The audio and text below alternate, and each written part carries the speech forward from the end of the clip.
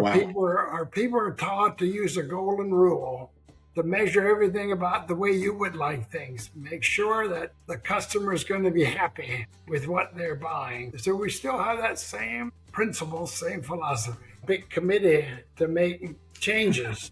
It's private owned, family owned, and we can make decisions around the dinner table and shift gears according to whatever is facing us. We were good at doing that. My family was good at that, and our employees worked with us. We all worked together as a team and got through the rough spots. Elvin Hurst, welcome to the Manufacturing Culture Podcast. How are you doing today? I'm doing great. It's a beautiful day. And I love that. That's twice now that you've said that to me, and I love every minute of it, Elvin. Elvin, we've been planning this for a little bit of time. I'm excited to have you on. You're going to really be able to shine some new light into the podcast here. Look at things from a little bit different of a lens compared to some of the guests that I've had. So I'm really excited to talk with you. Very good. I'm excited about talking with you too. It's a new experience for me. Wonderful. I love that. We gotta be comfortable being uncomfortable and try new things, right? Well, that's right.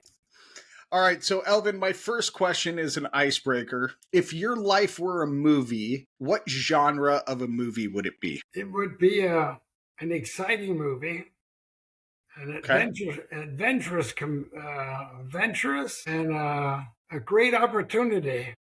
Okay. To work into a career that's got unlimited potential.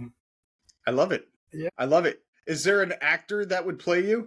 That would be, but my mother and my dad really were my teachers. I'm a farmer. My background's agriculture. My factory is here on the home farm in Newmanstown, Pennsylvania. Okay. Grew up with my parents and learning how to work since I'm 5 years old, getting up and help do chores, go along out in the barn, milk the cows, feed the cows. And 8 years old, Dad let me drive the tractors, and I've been enjoying life ever since I'm a young boy. So that's wonderful. So you have had a long storied experience, but I remember being told that in 1958, your wife gifted you a table saw, a Sears Craftsman table saw, if I remember correctly. And that moment launched Country Craft. Is that correct? That is correct. Yep. I was working for a small cabinet factory local here called Richmond Kitchens. And when Helen bought me that table saw, they got the word, management heard about it, that I'm making some furniture at home. And they told me that's not allowed. If you work at their place, you cannot, they consider that a conflict of interest that if I'd be making cabinets at homes. Wow. So I said, I'm sorry if that's your policy. I'm forced to quit because I like what I'm doing at home. They really put me in business. They bought me a table saw for Christmas, Sears and Roebuck, 1958. In the spring of April 1959, at 21 years old, I come home and told my wife I quit my job and we're going to start making kitchen cabinets in the garage. Wow. On the farm here. My dad was an electrical contractor and he had a good clientele. So he was my first salesman to tell the local builders about his son making kitchen cabinets. So he sold my first 3 kitchens, and my first kitchen sold for $875 in 1959. No kidding. Yeah. Wow. I'm not even smart enough to do the math to what that is today, but that's good in 1959 for sure. And so you started in your garage. You've now grown into a 96,000 square foot facility. That's correct. But you're still there on the farm, right? We're still on the farm. If you look at our website, you can see the pictures of our factory and also a live video of our operation of manufacturing. That's amazing. So what values from those early days still guide the company today? And which ones have you kind of had to adjust and evolve over time? Well, our commitment is to make a kitchen on time, complete, with good quality at a fair price. And we still have that same motto today. Wow. Our people are taught to use a golden rule to measure everything about the way you would like things. Make sure that the customer is going to be happy with what they're buying. So we still have that same principle, same philosophy. So in the years, I mean, 1958 to today, that's a lot of years that you all have been in business. You have seen a lot of changes in the workforce, a lot of ebb and flow in the workforce over, you know, 67 years or 68 years, 66 years. Today, we're seeing a generational shortage in the trades. And so, how do you view the challenge of keeping craftsmanship alive with the younger generation? Well, it's a real challenge. Of course, I'm not managing the company anymore. My children own the company now, and they run it. Elvin Hurst Jr. and Dolores, my daughter, and my son Dale also works for the company. So they all three work in the company, and they're dealing with that right now. Is a lot of the good, solid pillars of country craft, the people that are real craftsmen, are at the retirement age now. They're all up there in their 60s. It's a real challenge now for us to find young people that have a heart for working with wood. The younger generation loves working with computers and tech Yeah. things, you know. So it's a real challenge. Our people were, but we are successful finding some. We have to maybe go through three people to find one that's going to really get be successful in the career. Yep. Yeah. And how many people are employed at Country Craft now? Right around 100, right? Maybe we're on 105 right now. Wow. That's impressive. That's Yep. impressive. And with 105 people, and I'm sure again you've seen ebbs and flow in your employment. How have you weathered this similar skills issue before? Because this isn't the first time we've seen these kinds of challenges. The first time that the skills gap, quote unquote, was used was in the mid 1970s, after we went through a lot of economic uncertainty, and we were facing a unprecedented time at that time as well. How were you able to weather the storm during those years that maybe your children and the next generation of leaders of country craft could employ today? Well, the big challenge was to not let fear get a hold of you. You had to stay positive. You had to believe that you're going to survive. You did what you had to do with whatever you had to do it with. And you had to work long days, work hard. Back in 1980, when the recession was, interest went to 23%, and it almost put us out of business. But we kept on going. The people stuck with us. We had to lay people off because of lack of work. As things picked up again, they came back. And yeah, we had a lot of faithful, good employees. We're only as good as the employees that we have.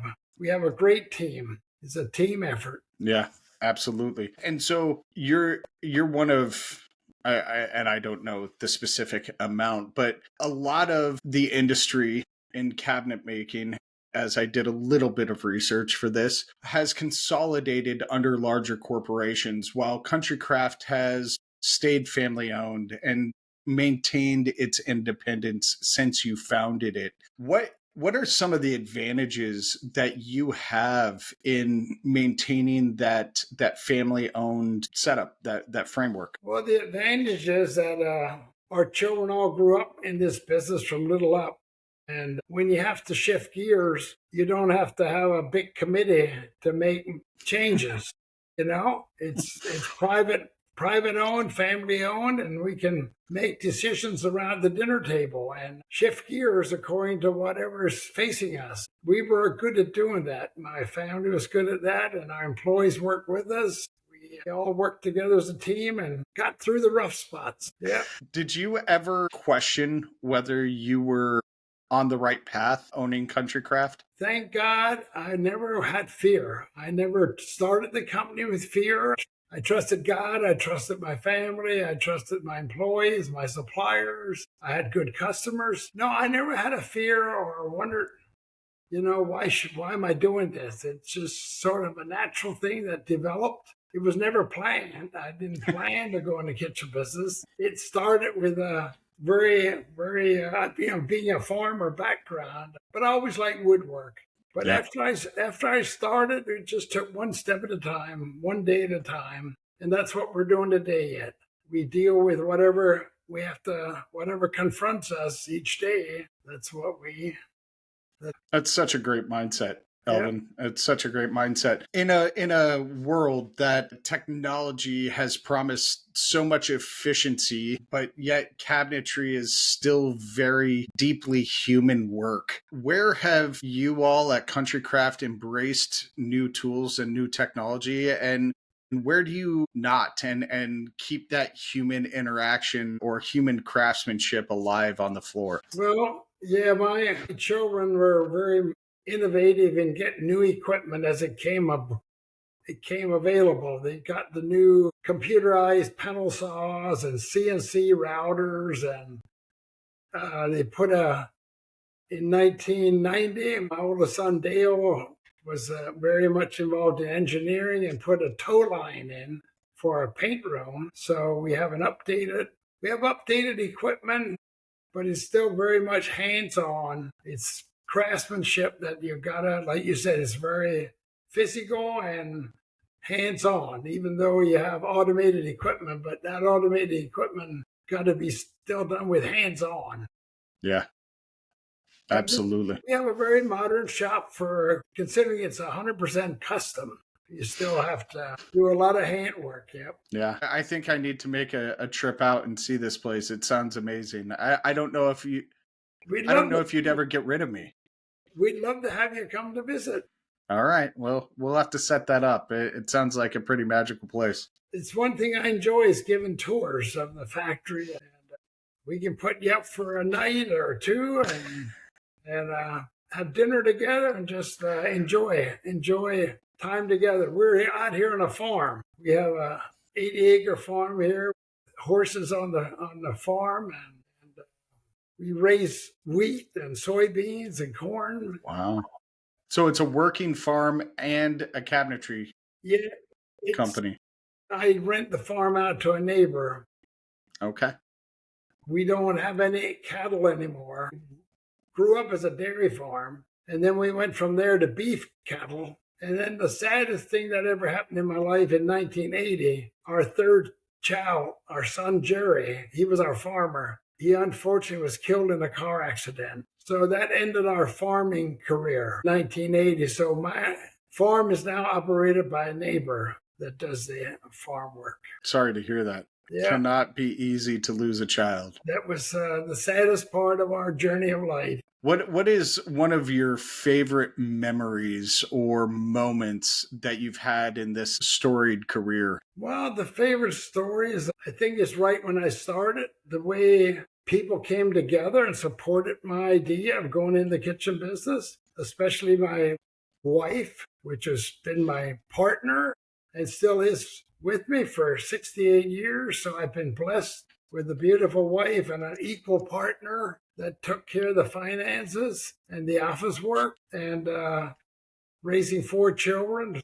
Those were precious memories. Then the next thing when we started first salespeople and support people were my parents, my dad, Reuben, and my mother, Mary. They had to sign my first loan for $12,000 because I had no equity. So when I went to the bank for the loan money to buy some machinery and material, they wouldn't give me any money without a co-signature because my father owned the farm. They believed in me. They had enough of faith to sign a note for me and support me. So as we built the business, my biggest memories are the way my family supported me. My brothers and sisters helped me whenever I needed help. And plus I got very nice employees in the neighborhood. Most of my first employees were neighbors. Most of them were farmers that came here, worked part-time and learned. They knew how to work. A farmer learns how to work. And yeah, they became craftsmen. So I have a lot of good memories of growing the business. Your values have stayed the same. Your mission has stayed the same as far as Yes. making a good quality kitchen Yep. for a reasonable price.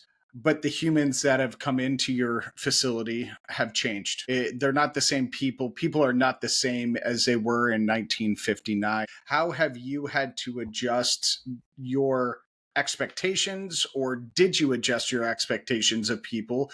And how did you change the way you led different groups of people, different generations of people over your time? Well, we really didn't change it. We bring people in here and tell them who we are and what we expect. And we right away, all new people are put alongside of an experienced person. So Okay. they're taught our principles and our values right from the start. And they're trained by an experienced worker. That's great. So we never changed our value, our principles to fit the new employee. We had them learn to fit in with our way of doing business. And we were very fortunate to have them do that. That's wonderful. That's wonderful. So as we look ahead, what worries do you have for Country Craft? And you've said that you don't fear things. Do labor shortages or rising costs or shifting customer demands scare you or worry you at all? They concern me. It concerns me about getting enough of skilled craftsmen to continue the high expectations that we have, high quality work. It's definitely harder to find people to do what we did over the years, but I think if we work at it, we'll find them. Just got to take a day at a time and keep the faith and stay strong and Yeah. believe in what you're doing and believe in people. I don't have no fear that we're going to lose it. We just got to adjust with the times. Yeah. And I assume, because it is a family business, that one day the hope is your grandchildren's generation will take over the business. Is that true? Well, we're hoping so, but we don't know. We only have one grandson and his wife. They both work in the business. Tyler and his wife Magali, they're both in sales. They understand the product, but whether they're able or willing to take over the company at this point, we don't know. They're pretty young, but they do enjoy the business. Elvin Jr. And Dolores are still actively leading the company. And so I think we have some good years yet to have the opportunity to see what develops with the next third generation. That's wonderful. That's wonderful. Elvin, as we wrap up here, what haven't I asked you that you want to share with the audience?